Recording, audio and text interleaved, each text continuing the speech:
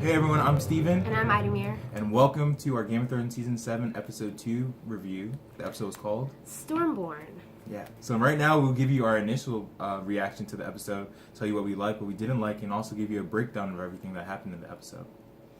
Alright, so my first thoughts was, oh my god. Everything was so fast, but that's good. I like it that way. Yeah. Yeah. What are your thoughts? Just at the end of the episode, when the episode was over, I was screaming. I wanted more. I wanted to see more. I wanted to see Dany and Jon meet in this episode, but I guess we have to wait till next episode. But overall, I thought the action was fine. All the information that we got was fine. All the references to other characters that we'll finally meet was amazing. But yeah, now we'll give you our breakdown of the episode. Alright, so first is Dany versus Varys. Ooh. That one, I love when she acts so hard. I love it. She's basically telling Varys, you know, how do I know that you're going to be loyal to me when you conspire against every monarch every time he sees a problem. And he basically was like, you know, it's because I serve the people. I don't serve whatever monarch is ruling at the time. Hey, yeah. My man Varys. I love Varys. I hate Littlefinger, but I love Varys. Varys fights for the realm, and that's why I love him. But yeah, I was getting kind of scared. I mean, Dany was going kind of hard, but yeah. I saw this a little bit when Dany was kind of talking to Tyrion for maybe the second time, when she was asking him certain questions. She was like, why shouldn't I kill you, and certain things like that. But she was getting those eyes, those fiery Targaryen eyes that she gets when she was interrogating him and stuff like that. Yeah. I was a bit scared for him, but he made it out alive, thank God. Yeah, I thought she was looking a little mad. Like, mad as in insane. When, she told Varys that she was gonna burn him alive if he betrays her. Yeah. That was pretty Mad King's daughter type of moment.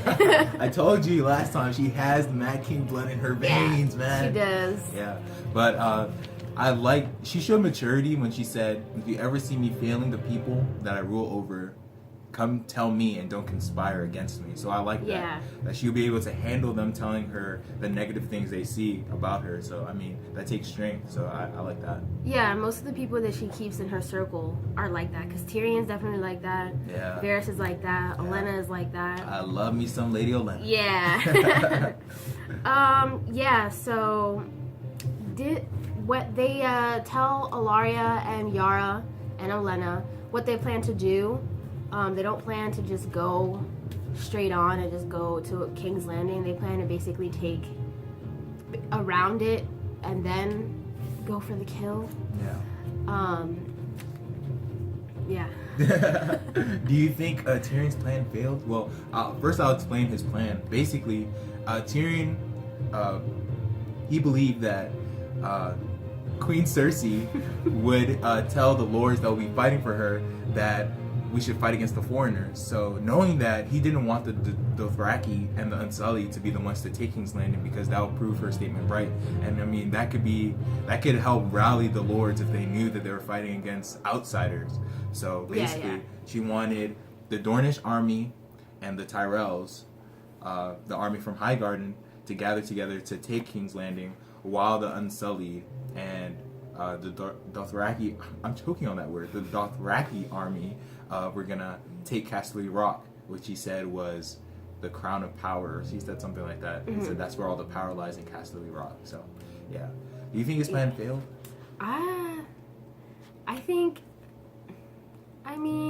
Probably, because once Euron took over the ships and the battle started happening with Yara and Theon and their fleet, it's done.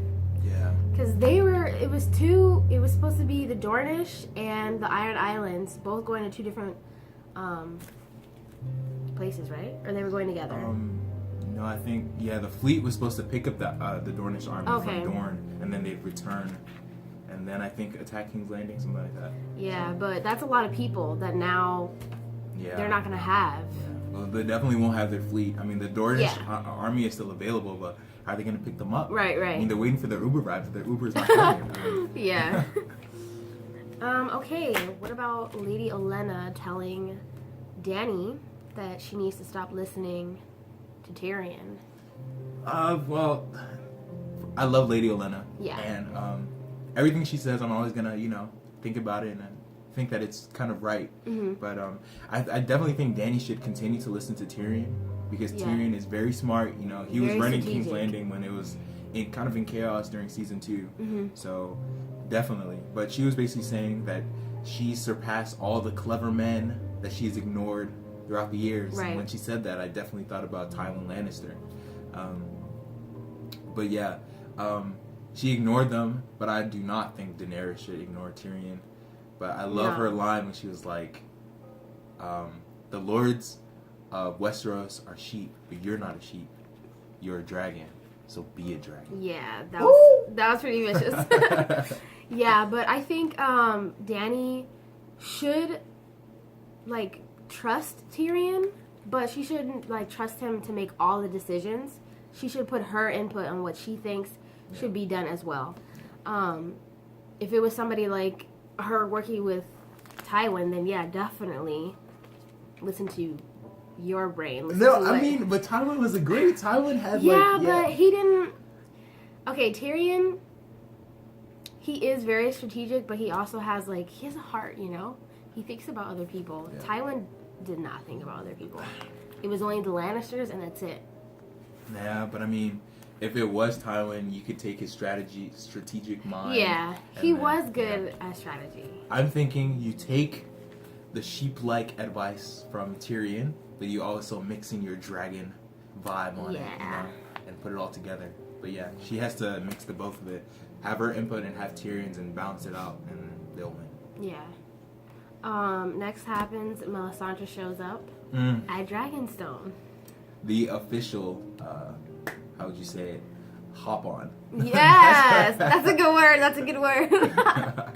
Yeah, definitely. I don't necessarily like her, except for the fact that she brought back Jon Snow. Oh but my God. Other than that, I do not trust her. I don't think she's done anything not to be trustworthy. She's trying to do everything for the Lord of Light, and basically everything that she's been trying to do has been for the right reason. Like, she wanted to go against the White Walkers and stuff like that. Yeah. I just see she hopped from Stannis to Jon and out to Daenerys, but it wasn't her fault. They pushed her away from Winterfell, so what could she do? She didn't need to be on Jon at all, but anyways. Yeah, but I think she definitely is on the right track, and she wants Dany to be able to help Jon to attack the White Walkers. Yeah. So, yeah. She is, she used to say everything that she thought it was. Like, she used to make assumptions of what she thought was going to happen. Yeah. And now she just says, the generic, I can't tell you everything because I don't know. Yeah. Just like she was like, I've learned that prophecies are dangerous. Yeah. So I'm just telling you, basically, the general idea. Yeah. Speaking about prophecies, everyone online and everyone has been talking about the prince who was promised. Or princess.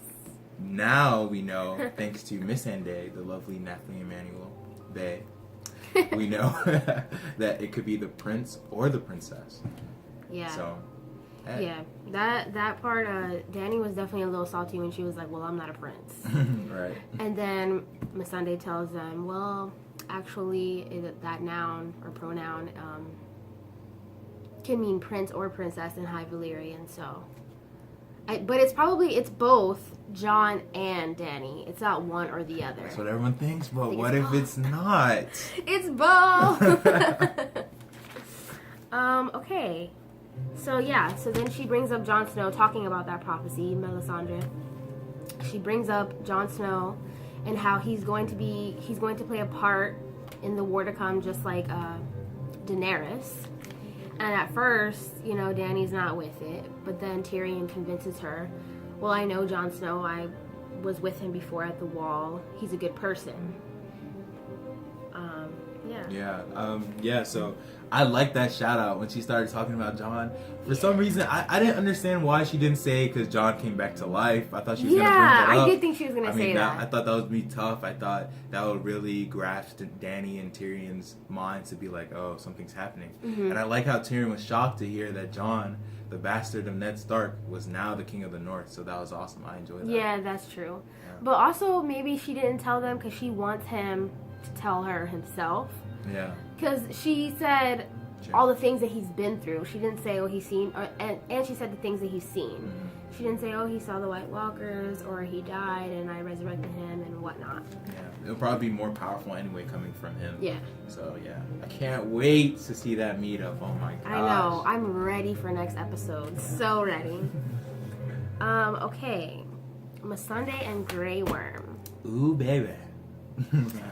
So Missandei goes to Grey Worm's room because he's about to leave to go to Castle Rock with the rest of the Unsullied. Yeah. I lost her name for a second. So she's a little pissed off because, she's like, wait a minute, so you're going to leave knowing that we have this thing and you're not even going to say bye? Yeah, I mean, I don't know. Grey Worm might have been a bit scared. Intimidated. Grey Worm goes hard, but I mean, when it comes to love, men sometimes. But I mean, it's cool. I'm glad that they were able to have that scene together. Yeah. And hopefully he comes back. Yeah, my brother was thinking, all the love interests that have come together. Ygritte and Jon. Ygritte's gone now, and all. So he was saying basically, since Grey Worm and Missandei got together, does that mean it's like the death kiss? Yeah, is Grey Worm not coming back? I say that it was only one night. If they carried out their relationship for the whole of season 6, maybe Grey Worm will be next up to kill. But since it was just one night, his parting gift, blah blah blah, everything, I don't think they'll kill Grey Worm. I think he'll come back, and hopefully he does. Yeah, I think he will too, because they still have a lot more to do, and I think he's like he's the it soldier. I need him in front line, No one can replace Grey Worm. No. So yeah. His pickup line that he uses on Sunday. Oh yeah. You want to talk about that? Oh yeah, because I'm the master of pickup line, so I had to give him his applause for using the one he used. So basically he was saying, with the Unsullied, if a boy was afraid of water, then they throw him into the ocean. If he was afraid of dogs, they'd make him sleep with dogs. So basically he was saying, you're my weakness. That's what he said to Missandei. She didn't like that, but he was like, you're my weakness, you're what I fear. So if he's afraid of it, he's got to jump in. So that's what he was saying. He's trying to get in. Fear. My man finesse that. That's what I'm talking about, Grey Worm. That's what I'm talking about, boy. He basically not tricked her, because she was gonna do it anyway. But let's be real, why'd she go to his room? She was gonna do it anyway. She was gonna do it. But he got her to come in, Yeah. But yeah, he basically was like, in the Unsullied, I was never none of those things. I never had a fear. I never was the strongest. I never was the biggest. I was just always brave. There was nothing that I wasn't willing to do or go and face. Yeah. But basically, he's like, I can't face you. It's hard. Wow. His line when he was talking about how Missandei was his weakness gave me memories of when Tyrion said the same thing to Shay, the betrayer. But yeah, he said the same thing to her, and she wasn't happy about it, just the same way Missandei was. So the women in this universe don't want to be classified as weak. They're strong. So I like that. Yeah. Speaking of strong women, you might not like her. Let's talk about Cersei. The Mad Queen. I don't necessarily like her, but I like her as a villain. I think she's a pretty good villain. Yeah, she's smart. The only thing I don't like is her lip, the lip that she makes. And her arched eyebrow. Yeah. She has that face that you can hate. Yes. That's what's so good about her character. Like, she plays it so well. She makes you hate her. Definitely. Lena Headey, you're doing a great job. Yeah. Okay, so she tries to rally the realm.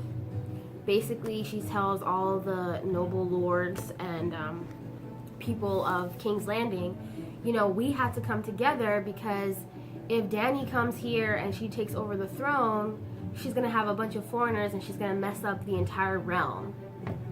And, yeah, she's trying to get them basically like, you know, she's coming in on her home turf. We got to defend it. Yeah, she's trying to get allies because last episode Jaime says, we don't have, who are our allies? We need help. We look like the losing side. Yeah. So she's trying to rally everybody. And guess who was there at that meeting? Good old Randall Tarly. You know, the mean father to Samuel Tarly. Yeah. So he's very smart. They say he's one of the greatest battle tacticians in all of Westeros. So having him on her side, that's dangerous for, you know, Dany and some of our friends. Yeah, that's true. Yeah. I mean, I was a little surprised of how, like, honorable he is to Onella when Dany was trying to talk him into, like, coming on their side and helping them out and even trying to bribe him, saying, you know, once everything's over, Queen Cersei, she's gonna need a warden and you could be that person. I was kind of surprised about how noble he was because I always see him, like, as that disgusting dad who's so rude. Right. But, I guess there's a little good in everybody. Yeah, I mean, he didn't want to betray Lady Olenna. I believe he's one of his bannermen, or one of her bannermen. I could be wrong. But yeah, he was noble. He didn't want to go against her. He said he knew her as a child and things like that. So I was kind of getting a Ned Stark vibe, but then there's something about him that's just a bit shady and weird. And maybe it's just the way he acts towards Samuel, how he doesn't care about. Yeah. Pretty much, he doesn't care about Samuel. I don't like that. Yeah. Qyburn. Devious old Qyburn. They end up going down to what's the name of that room? I don't know. The basement. The room where they have the dragon skeletons. Yeah. Yeah, he takes Cersei down there, and he shows her. He basically tells her, you know, although dragons are big and they breathe fire, they're not impossible. They're not invincible to beat because one of them already got wounded. I don't know how he found that out, but he did. Information definitely is flying throughout Westeros. Yeah, but he basically says they can be wounded. One of them was wounded by arrows, and then he shows her this big crossbow that they've been working on. Yeah. So I mean, Qyburn, I like Qyburn. I think he's cool. He's creative. He's different from other characters. But now that he has a weapon that can go against Dany's dragons, I'm not too happy about that. And now that they showed that weapon, maybe now we know that one of those dragons are going down this season. Yeah, I'm like 99% sure one of them is gonna die. Oh man, 99. I hope he's just wounded, but we'll see. We'll see. Yeah. Will it work on them? I think so.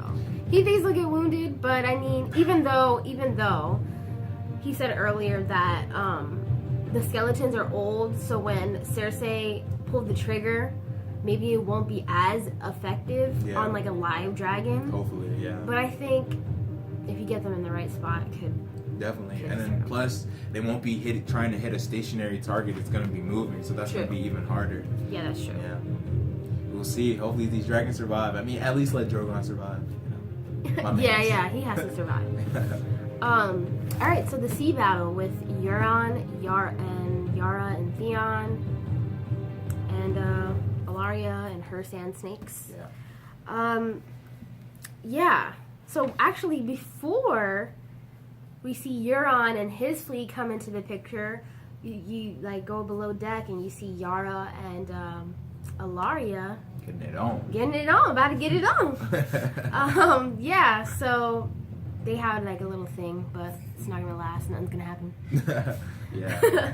And then all of a sudden, you know, there's like a big commotion going up the deck, and Yara goes checks, and Euron, here he comes with his huge ships. Yeah, he had an awesome entrance. He came down on that little kraken claw or whatever. Yeah. Krakens don't have claws, but whatever it was, he just came down and just. It was awesome though. It was awesome the way he came in. He was wrecking out there, man. Yeah. The Sand Snakes got destroyed. I mean, they really did. They're good fighters, but against Euron, they didn't do so well. And I mean, he took them out. He took them out with their own weapons. So you know, Obara got the spears. He raised her up. Man, he got... I wanted to see her die. Her ugly faces she makes all the time. I don't mind her She's a sister. hard girl. She has a commando face. She has that... Ugh, I didn't like it. I didn't mind her sister too much, but whatever, she's dead. I don't care. Yeah, Nymeria got taken out with her own whip. She got choked up. And the dirtiest thing I thought, the way they treated the Sand Snakes were just... You had Obar just hanging up there on that pole with all the spears in her. Yeah. You had Nymeria just hanging. She's just dead. I mean, whoa. I know people hated them, but Game of Thrones, you did them dirty. The best part of that battle is when Euron basically captures Yara and he has a knife to her throat, and then he calls Theon, and it's like Theon all of a sudden is like, whoa, wait, where am I? What's going on? And he's like, come get your sister. It was like Transformers right there. Theon just... Yeah, he's right back to Reek. Yeah. He couldn't do nothing. He was scared. He was blinking everything. He was like... And then he just, woo, jumps off ship. That was the funniest part to me. I was like, really? You were just fighting everybody. Like, I mean, if he would have went for it, he probably would have slit Yara's throat anyway. Right. But I mean, at least, like, it was just hilarious how he's just looking this around. This is probably his best option. Now he escaped, and now he has a chance of informing Dany of what happened. True. Or he can try to go get Yara too. So we'll see.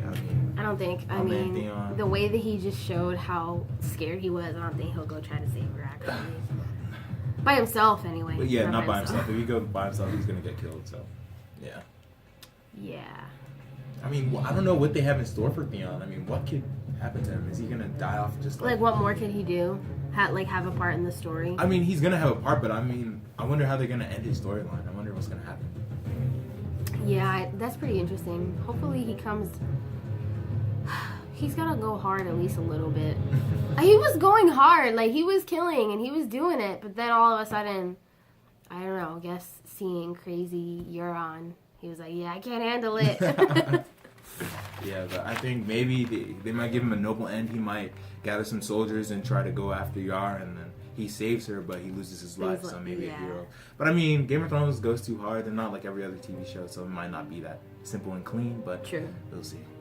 Yeah, what do we think that Euron and Cersei will do with Ellaria and her daughter? Well, first, I think they're going to try to get information out of Yara and Ellaria. To find out what Daenerys' plans are, because I believe in one of the trailers that I saw, Jaime Lannister at Castle Rock, and I think they're gonna know about it, so they're gonna be there kind of ready. But yeah, that's what I think. And then possibly they're probably gonna kill Tyene in front of Ellaria, just like how Ellaria killed Myrcella, Cersei's daughter. So we'll see. I don't want Yara to die, but it looks like she might be. I don't want her to die either. She's a pretty strong character. Yeah, she's good. She's great. I like her. Yeah, I think, I don't know, Cersei's really dirty. Like, when it comes to getting revenge, she's dirty. Yeah. Like, I think that she won't be, like, it won't be that simple. She won't just be like, okay, I'm going to kill your daughter, or I'm going to do this. Like, she's going to, like, torture you at first. She's going to make you wish maybe I was dead, you know? She probably will kill Ellaria's daughter in front of her, but, like, it won't be, like, a clean and simple kill, you know? Yeah. Screaming again. Yeah, with the hands. Yeah, this is how she was when Oberyn died. Yeah. Yeah. So, last, but certainly not least. Actually, no. We have to talk about a couple more things. I lied. I just want him to be last because he's my boo. All right, so we're gonna talk about Jon Snow. Jon Snow, my man. Jon Snow. Yeah, he finally receives, not finally because it's literally really fast. Yeah. He receives the raven from Tyrion, and he's talking it over with Sansa and Davos. And Sansa doesn't believe that it's Tyrion at first. She's like, well, how do you really know? It could be a trap. And then Jon Snow's like, well, the last line, look at it. It says, all dwarves are bastards in their father's eyes, which is something that Tyrion said to him the first day that they met. Yeah. So he knows for sure that it's Tyrion. And, you know, the way that he remembers Tyrion, he thinks, you know, it's not a trap. And then he even tells Sansa, well, I mean, what do you think about Tyrion? You knew him the best out of us. And, you know, she says, well, he's not like the rest of the Lannisters. Mm-hmm. So, yeah, she trusts him, but she still thinks it's not a good idea. Yeah, she doesn't think it's safe. She doesn't think that Jon should travel to Dragonstone to talk to Dany because she thinks it's dangerous and he might not come back. But yeah. But then Davos comes out. He says, dragons breathe fire. And you told me that fire kills the walkers. So yeah. So they know that they need fire. So Jon's pondering these thoughts in our head. Yeah, he's definitely like, I think I'm going to go. But, yeah, then he gets the second, we pop to the scene where he gets the second raven, and he's telling all the lords and everything how he received Samwell's raven telling him that there's dragon glass under Dragonstone. So he's like, I'm definitely going now. Like, regardless of the situation, regardless of Dany, like, I have to go for the dragon glass. And Sansa still in front of all his people, is still interrupting him. Yeah. Even though he told her to chill. Mm-hmm. But she's still not agreeing with the idea. And, you know, he's basically like, I have to go myself because a queen is going to want me, the king of the North, to tell her. Especially how Dany is. She's not going to really want a messenger. Right. She's gonna want to hear it. And she summoned him, so she wants him to come. Yeah. Not anyone else. I mean, all the other lords, was it Lord Royce? I'm not sure. And other people, even Lyanna from Bear Island. I was surprised about that one. Yeah, even when she said the King of the North should be in the North, I was like, oh man, they don't want him to leave. But then Jon had a great speech where he said, the North is my home and I'll do whatever I can to protect it. So he knows that they need dragonglass to make weapons to kill the walkers. So he's going to be traveling with Davos to go see Dany. And we know next episode we're finally going to get that meetup. Yes. I can't wait. I also think that, like, I really like the part where he said, you know, I didn't elect myself to be the king. Yeah. You guys did. So if it wasn't for, like, them rallying together and saying, you know what, we need a king. Yeah. He wouldn't even be there right now, probably. Right. So, I mean, he has to go and do what he has to do. Yeah, Sansa's attitude. I can't with her. Like, it's gonna be a love-hate relationship this whole season. Yeah. Because I'm 90% sure that she's gonna conspire to kill Littlefinger this season. I want it to be this season. So, because he was on my top to die this season. He was on the top of my list. So I think I'm going to love her for that, but I'm going to hate the fact that she keeps challenging Jon Snow. Yeah, I mean, Sansa, she's a bit annoying, but we'll see what happens. I'm going to say this through all of our reviews. All I don't want is for Sansa to conspire against Jon. That's it. I just want the North to be solid. I don't want that either. But, so during his speech, you know, while she's interrupting him and telling him it's a bad idea, he tells her, well, it really doesn't matter because I'm going to leave you in charge. And then all of a sudden she's like, oh, okay. Oh, that's nice. Go ahead, go. You can go. Go ahead. She's going to be ruling the North for a while until Jon returns. And, for some reason, I'm thinking when he goes to Dragonstone, when that meeting's over, something might happen in between him before he can get back to Winterfell. Maybe, I'm not sure. I'm thinking that.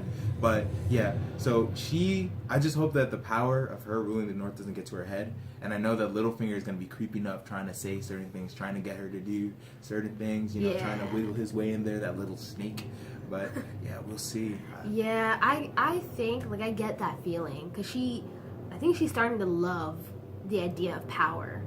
So I think that now that he's leaving and she's going to get to rule for a little while, she's going to start liking it. And let's just say that Bran does come and Bran tells her that Jon is a Targaryen. She's probably going to try to use that to her advantage. Not necessarily hurt her brother, but she's going to be like, you know, I don't think you're fit to rule because you don't have the Stark last name. You're actually a Targaryen. Because she's going to just be obsessed with the power of it all. But, also, I think what you were talking about when you said that there's something that's going to happen in between him being there and coming back, I think maybe that's where Littlefinger's death comes in. I think it's going to happen while he's not there. and maybe Arya goes back to the north, and Arya helps her. True. We'll see. I don't know about Littlefinger dying. I think he will die. I need him to die. I don't know. I'm like... I'm sick of him being in the shadows. Just giving that wry smile. Just... Yeah. Especially the scene where Jon is down in the crypts and... Oh, man. Littlefinger literally comes out of nowhere, just out of the darkness, and starts talking to him about how he brought his dad's bones home and whatever. And starts talking about how he loved Catelyn and now he loves Sansa. And that put Jon over the edge. Yeah. Jon was like, no way. Right.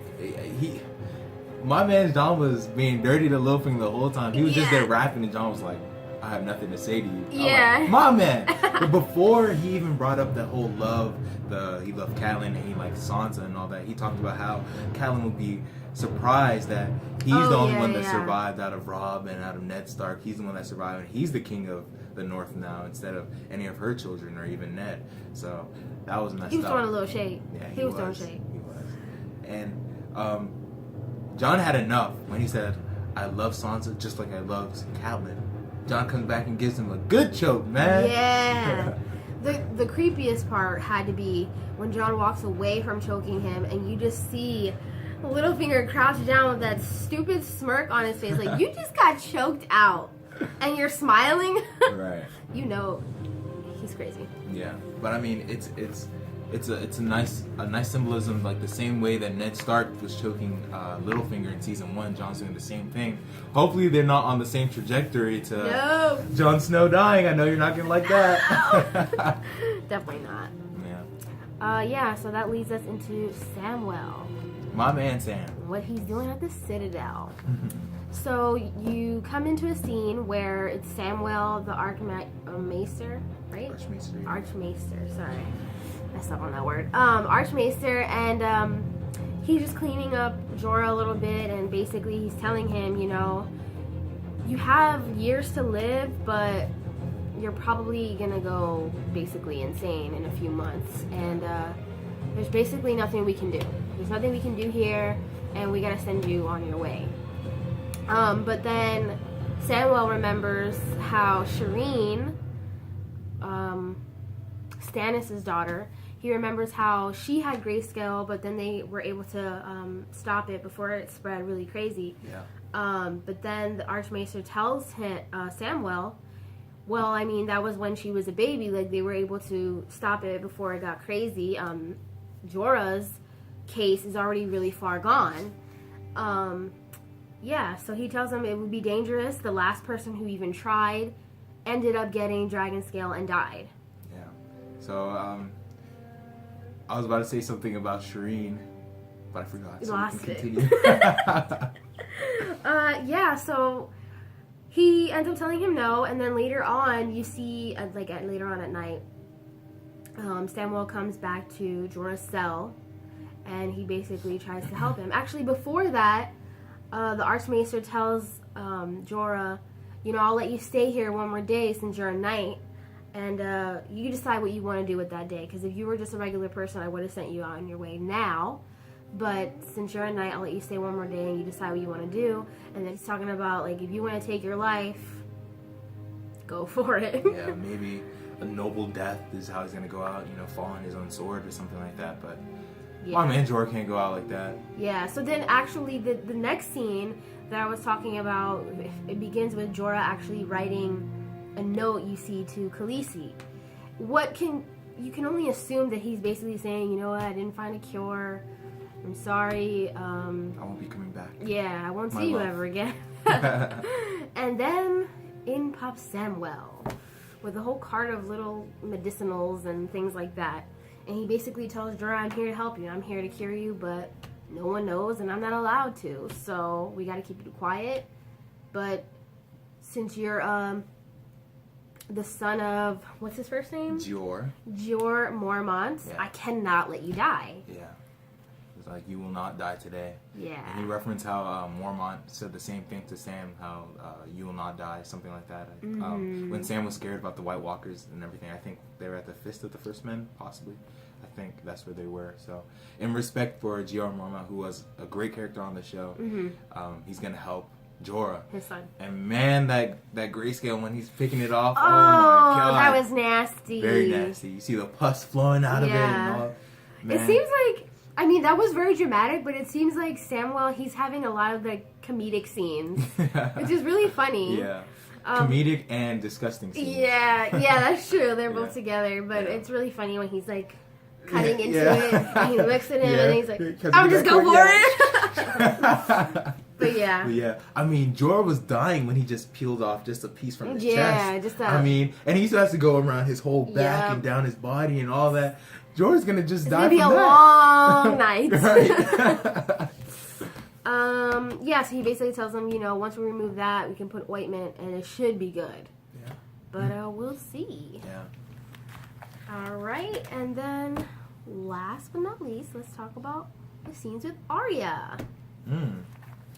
Arya, Nymeria, and Hot Pie. So first, we talk about the scene with Nymeria and Arya and Hot Pie. Sorry. How Arya's at the little tavern or pub, whatever you want to call it, and she's there sitting down at the table, and then Hot Pie comes out of nowhere, which I don't think we really expected. Yeah, I did not expect that, but it was so cool because that was the same tavern where they left them earlier in the series. So it was very cool. Yeah, that was really cool, and he basically sits down with food, and Arya just takes that food. She's like, "I'm hungry. I need to eat." And Hot Pie does what he does best other than baking, and he just starts running his mouth and starts saying a bunch of stuff. Right. But he actually has some good critical information that he gives them. Yeah, that's true. So basically from Hot Pie, that's when she learns that Jon was in the Battle of the Bastards, took out Ramsay, and now he's the King of the North in Winterfell. So I thought it was great how she finally learned the news about Jon, and I mean, she had the greatest connection, or as we've seen on the show, she had the greatest connection with Jon out of all her siblings. So it would be great for her to hopefully go back and see Jon, but maybe I don't think Jon will be there when she gets there. But hopefully they can see each other this season. That'll be great. I think it would be one of those moments where they just missed each other, because he's literally leaving, and she just found out. I think by the time she gets there, it's just gonna be Sansa, and she probably will see Bran. I think actually, Bran maybe get there first. And then it would be Bran and Sansa, and then Arya will show up. Bran better get there first. He's taking his time at the wall. I mean, what's going on? What's the need to be there? Right. What is the need? So Arya starts leading to the north, and she's just doing a little camping so she can get warm and whatnot. And then she hears noises in the woods, and she sees that her horse is a little scared. Yeah. And guess who it is? Nymeria, her direwolf that she sent away in season 1. All the way back. Massive wolf now. And she's here with her wolf pack. She's going in. Yeah, she's definitely the biggest. They're just regular wolves. She's that dire wolf. Yeah. But Arya basically almost right away realizes that it's Nymeria. Yeah. And she basically is like trying to because Nymeria at first obviously doesn't realize who she is, so she's like about to pounce on her, Yeah. And Arya's like, "It's me, it's Arya. Don't you remember? Like, I'm home, I'm here, let's go back. I want to go back home with you." And Nymeria just like, no. Yeah, you dissed me before, now it's my turn to diss you. She just turned around and just left. That was sad. I mean, she can't leave her pack, but it wasn't Arya's fault that she had to tell her to leave. Because if she didn't, then she was going to get killed. Yeah, so Arya basically saved your life, Nymeria. So you better show it back up when Arya's in trouble. Help her. I really hope that at least she shows up one more time with like her pack or whatever. Yeah, it would be cool. Yeah, so I guess everyone's talking about what her quote, "That's not you," when she says to Nymeria when Nymeria walks away. What does it mean? I don't know. I was a little confused at first. I was like, I think it is her though. But I mean, she could mean the fact that you changed. You're not the same. You would have back then. You would have went with me if I told you to come. At first, I was since Nymeria didn't, I guess, rejoin Arya, I was thinking Arya meant. I was thinking that Arya believed that it wasn't Nymeria. Oh yeah, like at first she was like, "Oh, maybe not." But then Game of Thrones posted a clip on YouTube saying Arya and Nymeria, so I was like, okay, it was Nymeria. So what does she mean? So I'm guessing, so Nymeria is not the same direwolf she used to be. Arya is not the same girl that she used to be. So by her saying that she's basically saying Nymeria is not the same wolf, so she has other things to do. And plus, she has responsibilities now. She's taking care of some wolves, so yeah, it's all good. True. Yeah. All right. So, what about next week's episode predictions? It's gonna be lit. So I'm just waiting for that scene. Danny and John, yeah, yes, definitely. I need it. I've been waiting for this for a long time. Will she like John? Will she not like him? I think at first, how she is when she meets new people. She's like, "Oh, I'm looking at you with the side eye. I can't trust you right Always away." skeptical. Yeah. But I think once he shows her like he's not a threat, and honestly, he really just wants the dragon glass. He doesn't even want the throne or anything like that. She'll come to see right through it, and she'll be like, he's a good person. Yeah, they also talked about that she would be a great ally. So if they can team up with them, and then eventually bring the dragons over the wall and take out those White Walkers, it'll be sick. Yeah. Yeah. Also in the new trailer, we see Euron riding through King's Landing, and everyone's cheering. They're happy. He's crazy. So he's crazy. What's gonna happen to Yara, Ilaria, and Tyene? We'll see. I don't want them to die. It looks like they're gonna die. I definitely think Ilaria and her daughter are going to die, but I'm not too sure about what's going on with Yara. Yeah, we'll see. And we also saw some battle scenes, which I'm excited for. We finally see the Dothraki. I'm still choking on that word. The Dothraki and the Unsullied fighting at Castle Rock. So that's gonna be awesome. I can't wait to see what will happen. Yeah, that should be good. Jaime and Bronn will be in that fight. I don't want Bronn to die. I don't want Jaime to die, but. And I don't want Grey Worm to die. Exactly. So hopefully they'll all survive. But hey, I don't think this is Game of Thrones. Yeah, true. Somebody has to die. Yeah, like there are 2 episodes and nobody important has died yet. Has anyone? Not really. Yeah. Somebody has to die. But I don't think Jaime will die yet because I do believe that he is going to kill Cersei later. Grey Worm, I don't really want him to die. So maybe it'll be Bronn. No! I love me some Bronn. Bronn is awesome, man. I don't want him to die, but he does have limited time on the show nowadays. True. But we'll see. Yeah, it might be him though. Yeah. So, what would you rate this episode? This episode, I love this episode. I give it an 8.5 out of 10. What about you? I was thinking 8, but I can give 8.5. Yeah. Only because it would have had a 10. I promise you, next episode, just because John sees Dany, it would be a 10. She's biased already. It would be a 10. I'm thinking 10.5 out of 10. Okay, yeah. Yeah, it would have been a 10 for that because that's literally all I was waiting for. Well, actually, and the part with Nymeria because I really wanted to see my Nymeria and Arya. But, yeah, 8.5 sounds about right. Yeah. Yeah. But yeah, everyone, thank you for watching. Once again, this is our Game of Thrones Season 7, Episode 2 review. Tune in next time when we deliver our next review for next episode. Next Sunday. Once again, I'm Steven. And I'm Idamir. Thank you for watching. Bye.